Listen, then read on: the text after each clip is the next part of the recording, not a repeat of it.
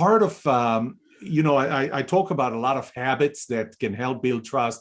And one of them is to own your side of miscommunications. I mean, what is communications? Communication is there's a message that's forming in my head that needs to end up in your head.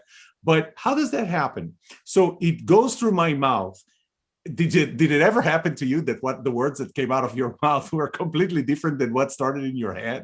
Yeah. I know that it happens to me. And then there is all kinds of noise that makes you hear one thing when I said something else. And then all of your perceptions and misconceptions or whatever, what ends up in your head, in your brain is different than what started in mine. You take it a different way. In relationships a lot, like you hear a tone of voice that wasn't the tone it was actually said. Yeah. You're right. Right. Yeah. Which, by the way, is so much easier to do when the communication is written communication.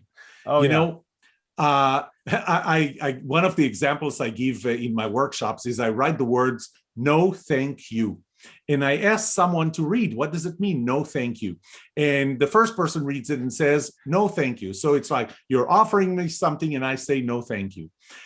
Then I go, I make the word no capitals and exclamation mark, no, thank you. This is You're like yelling at me. Yeah, I'm yelling at you. And then and all caps.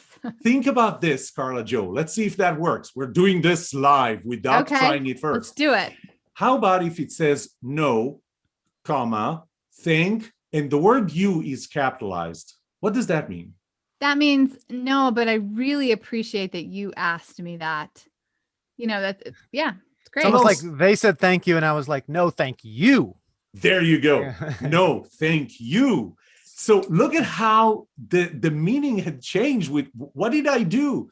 Punctuation marks, capitalization, and so on. It is so much easier to misread something that was written than when you look at me. I mean, what are the odds that you're not going to get that what I said is no, thank you, or no, thank you, or no, thank you. So everyone that's listening that's ever been in a relationship knows about the multiple times they've had texts where maybe there was some little spat they had and then some text was sent a day later and it is not taken the way it was written. And I remember I had a relationship and I should have known it wasn't going to go anywhere when I was younger and texts were just starting up and sending a message and it just gets read in like the intention is the worst. If you put a smiley face at the end, it's seen as an evil in your face smiley face. It's not seen like there's no way of saying, if you explain how I mean this in the nicest way possible, I'm not being sarcastic, I really think blah blah blah blah, I'm sorry is seen as I'm sorry.